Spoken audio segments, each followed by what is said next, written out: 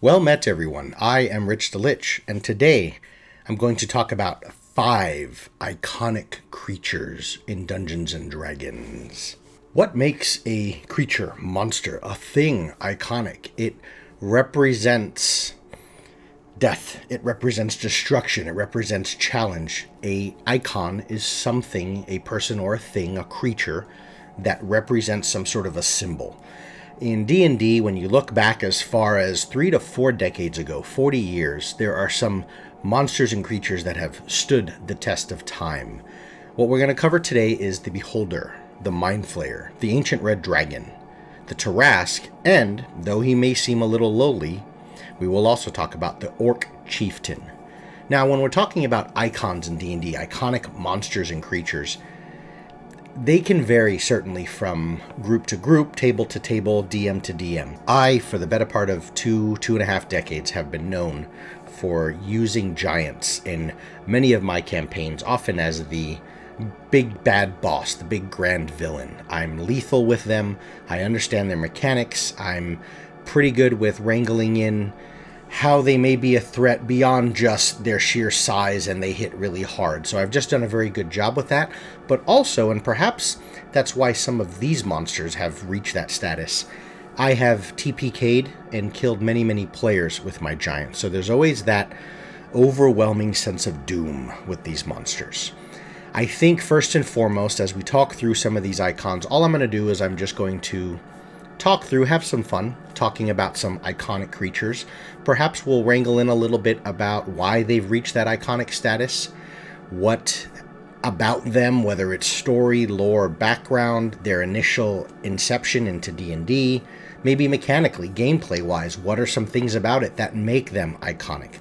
And perhaps with this, you can kind of just think through your own processes of when you're creating your own monsters, or perhaps using monsters that might not otherwise be considered iconic, and maybe take some of these elements to just sort of ramp your creatures up a notch. But as I said, most importantly, we're just going to have some fun talking through these monsters and why they're so cool. Also, moving forward, guys, on the video, next week, sometime late next week, will be the big review on Avernus, the hellish landscape adventure module book thing, whatever, from Wizards of the Coast.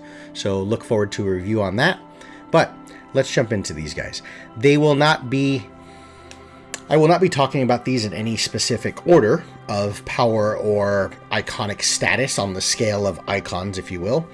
So I'll just kind of ramble through them and let's talk through it. First up is the Beholder. So here we have there's always a certain feeling of omniscience and just ever present. And perhaps it's the eye. And I don't know if many of these things are inspired by as far back as Tolkien, and there's certainly a strong fantasy element with the Beholder, because there isn't anything that feels like it's something. It's not just a human shape that's super powerful. Even a lich, to a certain extent, it can still be a human, but he's dead.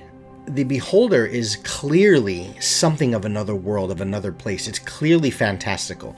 So I believe that lends a strong element to it being iconic, because it reminds us of Dungeons and Dragons. It reminds us that we're playing a game of something that is far removed from our real life, from what we might be able to see in the streets. Also, there's a certain element of it that is sort of so fantastical and horror-like that it can be kind of the stuff of nightmares. And I think that lends a little bit towards its status of where it is. And then that sort of omniscient, sort of overbearing, you have all these eyes, and I don't know if that comes from the Eye of Sauron and sort of the ever watchful, always seeing. You have this gigantic, it's a floating eyeball with a bunch of eye stalks and tentacles with more eyes on it. So there's always a certain element where you just feel like you can't escape from it. You can't run away from it. It always knows you're there. It always knows you're coming. It always seems to have a certain aspect of having the upper hand. Now, mechanically, it's always been super lethal. And as I said in the beginning, I think a lot of these things, big part of their iconic status is just how threatening they are, how potentially campaign ending these things can be, and how many, if every one of these monsters kept a little journal and made a little check mark on how many PCs have I killed, many of these monsters, if not all of them, are among the top of the list of having killed the most number of players. And perhaps at its base, that's the single reason why these things are just so iconic, of when a DM says you're going to fight this, or this is the big bad villain, it's kind of like, oh man, remember when we just, it's sort of it screams climactic final battle. It screams the culmination of all of the challenges and obstacles that the group has gone through, because now this thing is sort of a make or break, like it's going to kill us all or we're going to kill it. It's has a certain sense of finality to it. And the reason why with the Beholder is, number one, mechanically, you have this giant eye. And of course I can talk about mechanically 5th edition, which is what I'm going to. There's other iterations of it and what it used to do, but in 5th edition, I mean, you have this anti-magic aura coming from it. And there's, that cone, or sort of that range of vision, if you will, where if you're a caster and you're within that, you're useless. So it's your main element and attribute in dealing with this thing as a threat is null and void. So what do you do? There's almost a certain sense of immunity, and I think that maybe that's another aspect that leads to this iconic status.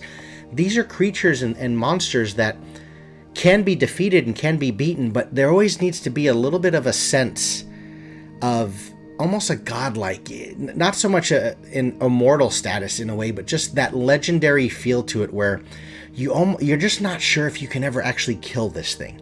And with the Beholder specifically, that anti-magic aura is just a problem for casters.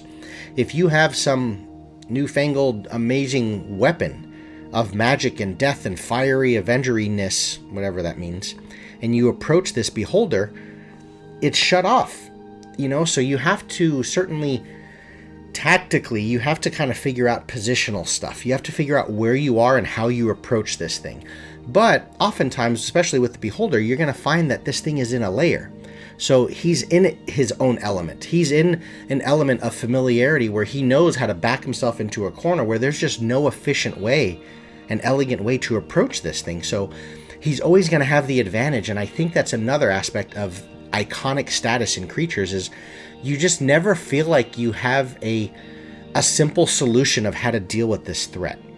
And then, of course, you have the eye stalks, and I know now that you'll roll the dice and kind of see what comes up on the list, and that's which eye he's going to use. But there's always that sense of finality, there's always that sense of, if this thing goes off and we mess up on this, that's it. Like, there's no coming back from that, where we're talking about like the disintegration eye. You know what I mean? And I think that's always just been well known, is you not only have all these eye stalks, there's always just that feeling of it can do so much. It's kind of limiting what we can do because of that anti-magic aura.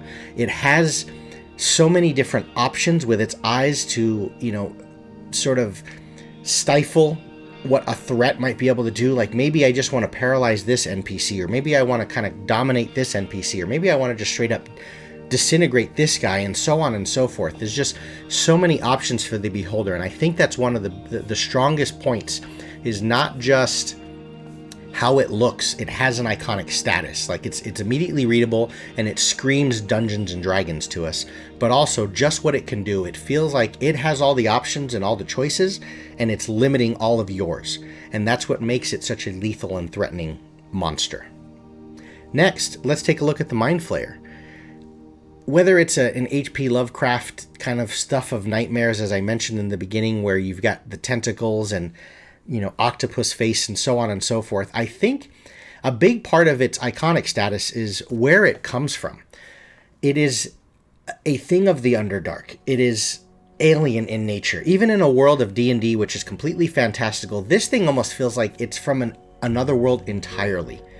And it resides in a place where if you were to seek it out, if you encounter it, you're already at a disadvantage because you're in a place that is not welcoming to you. I mean, sure, if you're playing all drow, but otherwise it's a place where you've been just itching to get out of there anyway. You're not eating the best food. There's fungus. You're not sure what's poisonous, what's not poisonous. You can't see anything. It's just damp and it smells. everything in here wants to kill you. You're not sure, and even real life, player-wise, you're not sure what the capabilities of the monsters are because everything down here is so foreign.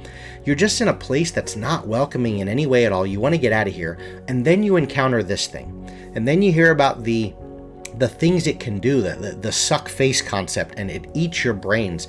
It's just a horrid way of dying, and there's a certain feeling of hopelessness and a certain feeling of if you fail that stun, as in 5th edition D&D, and now, the thing has AE stun. If you fail that, it does not matter what your PC's capabilities are. It's kind of over at that point. So it comes down to what used to be, I think, in 3rd edition with Bodax and stuff like that. It kind of comes down to just that death save.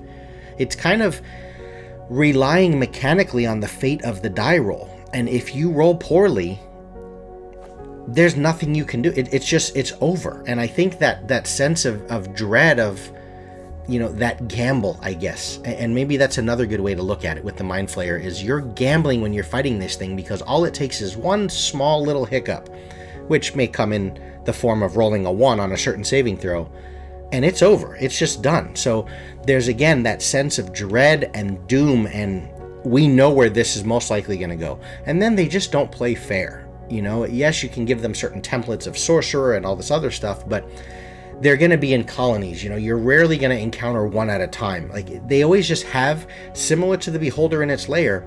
And again, that's another just real big point from all of these iconic things. They always just seem to have the upper hand on you, and you're out of your element. Also, especially in 5th edition, a lot of the things they deal with psychic damage, that is a very hard source of damage to resist. And they play around with your intelligence saving throws and int, which is often a dump stat. So it's exploiting the weaknesses of most PCs, which makes this thing insanely threatening and lethal. Next up, let's take a look at the Ancient Red Dragon. This may be the iconic, the most iconic, I should say. When you look back to original D&D, you're the 6-year-old and you're looking through the front cover of a book. The game is called Dungeons, maybe, and that's where some of the Mind Flayer stuff comes from, and Dragons. And if you don't have a dragon in your world, it's, for the young audience, especially young players, it's kind of like, wait, I thought we were playing D&D. Where's the dragons? And the red, whether you come from Smog and the idea of at least just something breathing fire, which is definitely more notable or more noticed than any other form of breath weapon, so acid or lightning and otherwise, it's always been fire, right? Like, when you look at the old movie 1980s Flight of Dragons, everything just had that element of just spitting fire, regardless of the color of the dragon. So the red is certainly the iconic and the main one. And then you had things like Forgotten Realms, I think it was Clouth. So you always had that sense of the red was the most powerful. And of course here I'm talking ancient just because I'm talking about the granddaddy of them all. Whether you're talking about the Great Worm or whatever he is, he's the father, he's the mother. She is the mother, I should say. The big one, not baby dragons. You're looking at something that's just been, as I always say when I was playing a game like Slay and you see Halloween Jack on the cover, or you see Stone from Deadlands, when the monster is on the front cover of a book, it's iconic.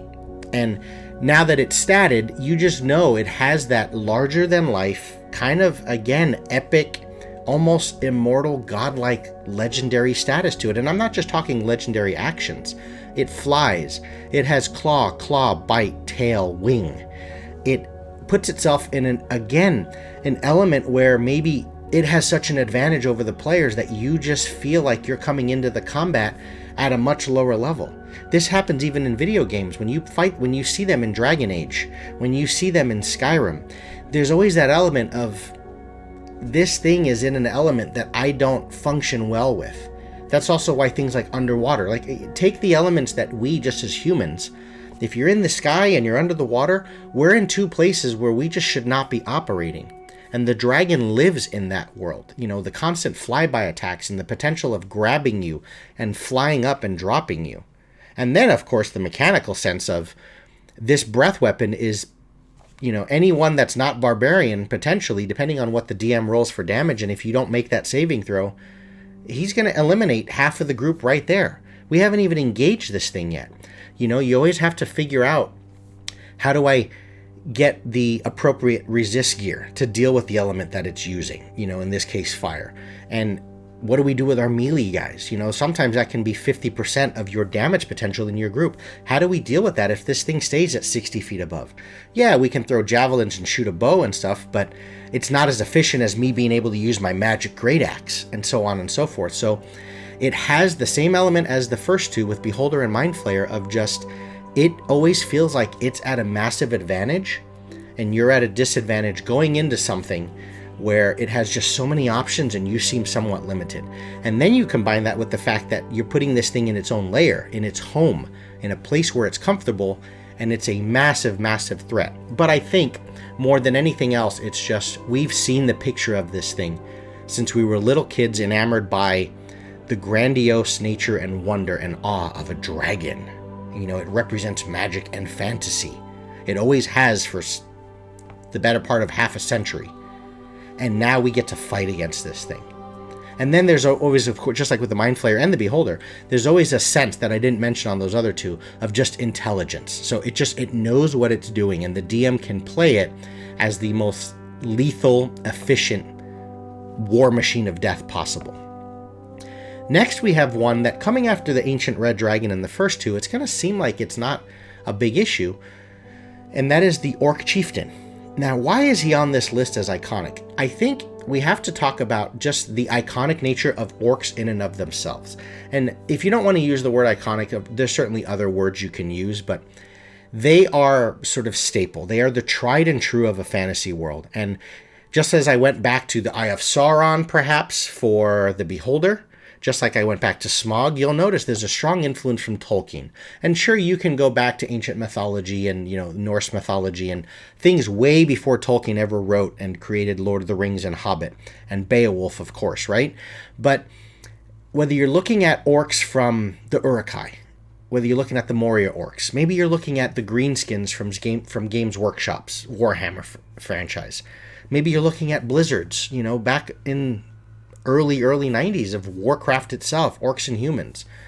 The orc is just the tried and true staple of D&D. It's that not quite as intelligent, but just the Vikings, if you will, right? The savage raiders that raid and pillage villages, and they kidnap and kill, livestock, and they're the beasts, and until recent times where you have all these options for playable monstrous races, orcs and hobgoblins and bugbears and all, those type of things have always been sort of the iconic groups of people that are humanoid, but they're bigger, they're stronger, they're more ferocious, right? It has that very strong Uruk-hai element to it.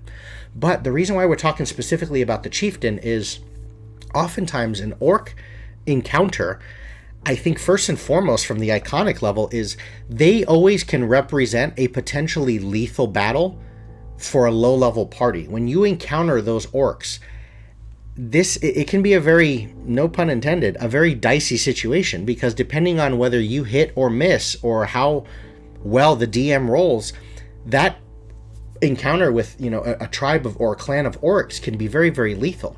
And the reason why the Chieftain kind of ramps up a level and becomes what I believe sort of that iconic status is you see that orc that maybe has a template of barbarian. Maybe he has a few different traits that the barbarian class might have. Maybe he just has double the hit points. Maybe all of his clansmen have kind of padded himself and thrown all the furs from the beast on him so his armor class is higher. Maybe his axe is actually magical. Maybe he's just like 2 or 3 points stronger. So he's the type of guy, similar to how I've used my giants, where the Chieftain just, he kind of skews the challenge rating, I think is maybe a good way to explain it, is you're fighting orcs in general. Of course, he has a bunch of people rallying behind him. Maybe he has certain attributes that allow him to command them and allow them to make attacks off turn. Maybe they bolster the Orc Chieftain, so you're outnumbered, you're fighting among their tribe in their area, but the Chieftain himself just has the ability to, as they say, like, he can one-shot any one of the PCs depending on how well I roll. If I crit, I'm guaranteed killing any one of the casters. And there's always that element of who's the big, when you fight the orcs, the PCs are like, who's the biggest orc out there? Well, you can tell this guy's definitely the leader. He's got various iconography and motifs and skulls and, boar tusks hanging from his neck. He's clearly the leader. And it's just so threatening because you're oftentimes dealing with orcs in this sort of stereotypical sense of this is a low-level encounter. And they can always be a problem because their damage is predicated on the weapon they're using. Great axes at level 1 and 2 with an orc strength is enough to potentially end the group. And I think that sense of danger, and then when you're like, oh my gosh, guys, there's a leader there, there's just that, it's kind of like seeing the elite in a video game where you're not sure if you can kill this thing. So I think he deserves status because he's so lethal among a group of monsters as the orcs that are already iconic. They're just used at all times. And then I think the other thing is by having in chieftains and certain shaman and other almost leveled up orcs, they give you a good range that you can use them in more than just low-level combat. The final one we're going to talk about is the Tarasque. The Tarasque is another real big iconic one, and I think this one more than any other certainly has that sense of immortality. The books have always mentioned that there's only ever one, and it can be the, maybe not a story arc, because who the hell goes out of their way to spend the resources and energy to campaign through a world searching for the Tarasque? But the Tarasque can certainly be, hey guys, when this fight's over, that's kind of the end of the campaign. Like, where do you go from there, right? But there's always been that sense, especially when you look back at the earlier iterations of Tarasque, where you needed a wish to truly kill the thing. But I think this is the epitome of manifesting. What are those movies, Day After Tomorrow? Catastrophic Armageddon, right? This is a world-ending thing.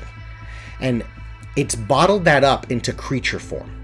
It's not just some natural disaster. It's not the asteroid that's going to hit Earth and bring about the extinction of people. It's not the Walking Dead disease that kills 99% of the world's population. This is a creature that, when it wakes up from its slumber, it eats entire places, locations, villages, and of course all of the inhabitants within. It is at the top of the food chain. And when it manifests it into some creature format that you can see that has certain elements of dinosaur, prehistoric, it feels a little bit otherworldly, not quite alien as much as the Mind Flayer, but it just feels ramped up to a whole new level. And then mechanically, there's just so many things about it. It's nearly impossible to kill. It's got all of the hit points, whatever number that may be. It's hard as hell to hit. It can swallow you. It's just overwhelming. It's dinosaur in size. It's just Jurassic Park combined with aliens with, a horror element. It's just a brutal thing. It's always been at the back of the book on the highest CR rating and so on and so forth. So the Tarasque is certainly a badass of iconic status that even for me playing for 30 plus years, I've had the PCs encounter one, but we've never actually even had a campaign where a Tarasque was the, a killed creature if they ever even saw one. So it automatically has that iconic and legendary status just quite simply because no one has ever seen, do they even exist? And I think there's a good element there. So that's what I have for the 5 iconic creatures, at least according to me. Everyone may have their own, but I certainly think, regardless of your opinions, you can't dispute that at least one of these should fit on your iconic list of D&D creatures. As I said, look for late next week that Avernus review. Thanks everyone for watching, and take care.